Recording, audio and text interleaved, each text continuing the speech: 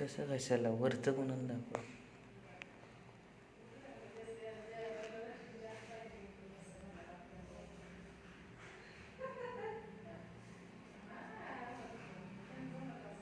जय मल्हार. 31 मे पुण्यश्लोक अहिल्यादेवी जयंती या निमित्तानं आपल्याला सर्व समाज बांधवांना हार्दिक शुभेच्छा. सर्वप्रथम अहिल्यादेवींना आपण वंदन करूया, नमन करूया, त्यांच्या चरणी नतमस्तक होऊया. अहिल्यादेवींनी आपले जे 12 ज्योतिर्लिंग आहेत त्यांचा जीर्णोद्धार केला, त्यांना आपण सर्वप्रथम नमस्कार करूया. 12 ज्योतिर्लिंगांना आपण नमस्कार करूया.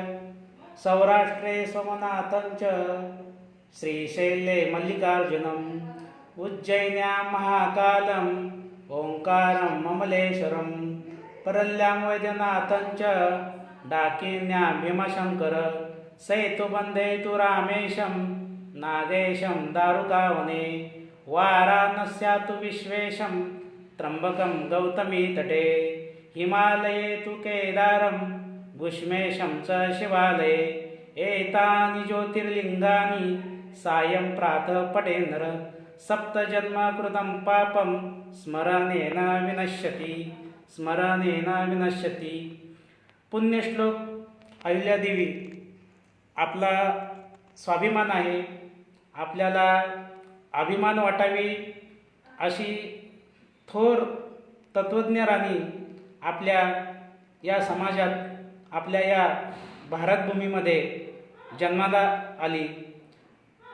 अहिल्यादेवी हे असं एक थोर रत्न जन्माला आलं की आपली ही भारतभूमी पावनभूमी, पवित्र भूमी, या भूमीचा पांग फेडायचं काम केलं असेल तर ते आपल्या पुण्यश्लोक अहिल्यादेवींनी आपला जो धर्म आहे हिंदू धर्म, हिंदू धर्माचं रक्षण करायचं काम, हिंदू धर्माची मंदिरं, शिवालय असतील,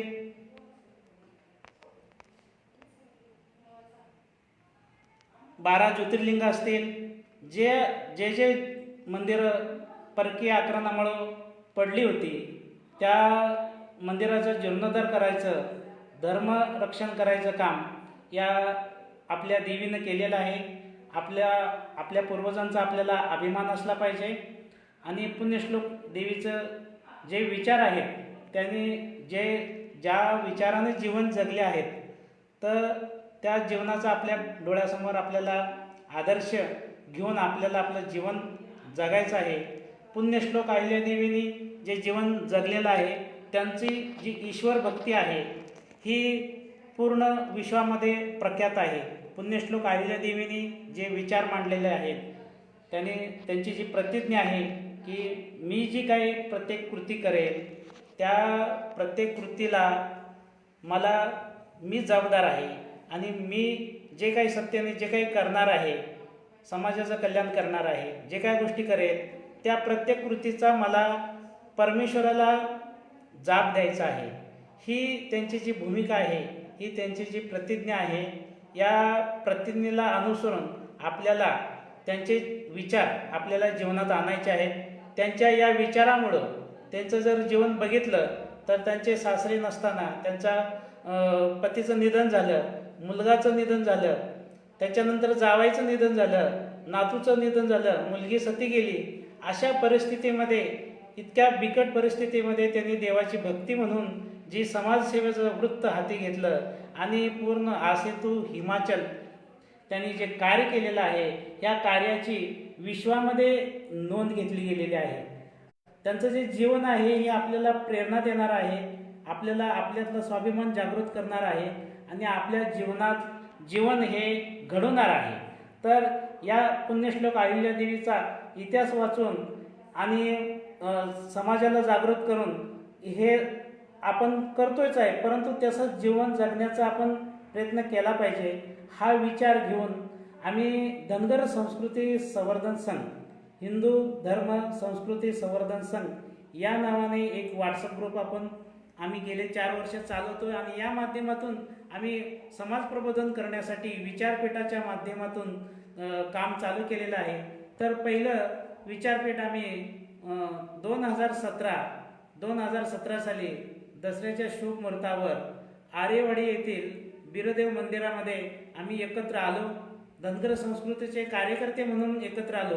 आम्ही नेता म्हणून नाही किंवा आम्ही मोठी माणसं आहेत असं म्हणून नाही, तर एक सामान्य कार्यकर्ता म्हणून आम्ही एकत्र आलो आणि पहिलं विचारपीठ आम्ही आरेवाडी येथे 2017 साली बिरोबाच्या मंदिरामध्ये बिरोबाचरणी आम्ही प्रार्थना केली की आम्हाला समाजाचं कल्याण करायचं आहे. पण समाजाचं कल्याण कसं करायचं आहे? समाजाचं कल्याण करायचं म्हणजे काय? तर याचा आम्हाला काही कळत नाही आहे. आमच्याकडे एवढी बुद्धी नाही की आम्ही समाजाचं कल्याण करू शकतो. आम्ही सामान्य माणसं आहे, आम्ही सामान्य कार्यकर्ते आहोत. तर आम्ही समाजाचं कल्याण कसं काय करणार? आमच्याकडे तेवढी कॅपॅसिटीच नाही आहे, आमच्याकडे तेवढी बुद्धी नाही, आमच्याकडे तेवढा पैसा नाही आहे. आम्ही तर लहान माणसं आहे, आम्ही तर तुझे भक्त आहोत. तर या भूमिकेतून आम्ही भगवंताला नमस्कार केला आणि त्यांच्या चरणी नतमस्तक होऊन आम्ही भगवंताला सांगितलं, संकल्प केला की भगवंता आम्हाला हे समाजाचं कल्याण करायचं आहे, पण आमची शक्ती अपुरी पडते. तर आम्हाला तू शक्ती दे, आम्हाला तू बुद्धी दे की जेणेकरून आम्ही समाजाचं काहीतरी आमच्या हातून भलं होईल. कारण आमच्या तर शक्ती नाही आहे समाजाचं कल्याण करण्याची आणि आम्ही तेवढं मोठं पण नाही आहे. मग आम्ही काय करणार? तर ही भूमिका घेऊन आम्ही बिरोबाचरणी नतमस्तक झालो आणि देवाला प्रार्थना केली की आम्हाला बुद्धी दे, आम्हाला चांगली माणसं दे की जेणेकरून आम्ही संस्कृतीचं अहिल्यादेवीचा आदर्श डोळ्यासमोर ठेवून आम्ही ईश्वर भक्ती आहे या माध्यमातून समाजाचा सर्वांगीण विकास करू. सर्वांगीण म्हणजे 5 अंगाने. म्हणजे पहिली गोष्ट राजकीय विकास झाला पाहिजे, दुसरी गोष्ट सामाजिक विकास झाला पाहिजे, तिसरी गोष्ट शैक्षणिक विकास झाला पाहिजे, चौथी गोष्ट आर्थिक विकास झाला पाहिजे, 5वी गोष्ट आध्यात्मिक किंवा सांस्कृतिक किंवा भावनिक विकास झाला पाहिजे. समाजाचा एक प्रश्न सुटून चालणार नाही. समाजाचा एक नेता आमदार झाला, एक नेता खासदार झाला, प्रश्न सुटणार नाही. समाजाला आरक्षण मिळालं, प्रश्न सुटणार नाही. समाजातला एखादा माणूस शिकला तर प्रश्न मिटणार नाही.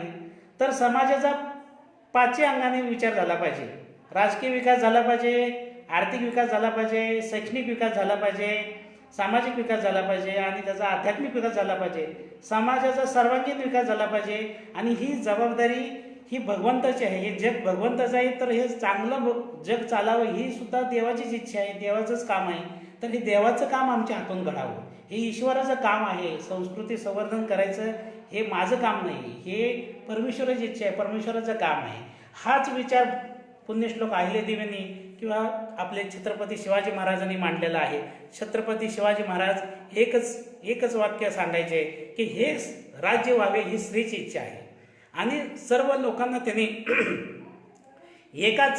एकाच विचारात बांधलं. सगळ्या 18 पगड जातींना सगळ्यांना एकत्र घेण्याचं काम एकाच विचारात केलेलं, ते म्हणजे हे राज्य व्हावे ही स्त्रीची इच्छा आहे. स्त्री म्हणजे कोण? परमेश्वर. हे स्वराज्य व्हावे ही कोणाची इच्छा आहे? परमेश्वराची इच्छा आहे. त्यांनी लहानपणी 15व्या वर्षीच वयाच्या रायरेश्वराच्या मंदिरात, शिव मंदिरात जाऊन प्रतिज्ञा घेतली आणि हे स्वराज्य निर्माण करायची प्रतिज्ञा घेतली. त्याच पद्धतीने तोच वारसा घेऊन पुण्यश्लोक अहिल्यादेवीने भगवंताची, ईश्वराची, महादेवाची पिंड साक्षी ठेवून राज्य केलं आणि जनतेचं कल्याण करण्याचं काम केलेलं आहे. त्यांचा जो वारसा आहे हे ईश्वर भक्तीतून समाजाची सेवा आहे. ही समाजाने मला काहीतरी चांगलं म्हणावं, समाजाने मोठं म्हणावं, समाजाने मान द्यावा या भूमिकेतून ही महापुरुषांनी काम नाही केलं.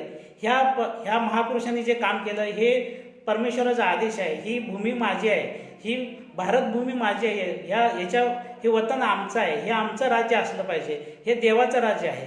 कारण चंद्रराव मोरेंना शिवाजी महाराजांनी निरोप पाठवला होता की हे राज्य आम्हाला शंभू महादेवानं दिलेलं आहे, तुम्ही आम्हाला शरण या. अशा प्रकारचा त्यांना निरोप पाठवलेला आहे. आम्ही राजा आहोत, पण हे आम्हाला राज्य शंभू महादेवानं दिलेलं आहे. शिखर शिंगणापूरचा हा जो शंभू महादेव आहे शिवाजी महाराज कुलदैवत आहे आणि जेजुरीचा खंडोबा हे अहिल्यादेवीचं कुलदैवत आहे.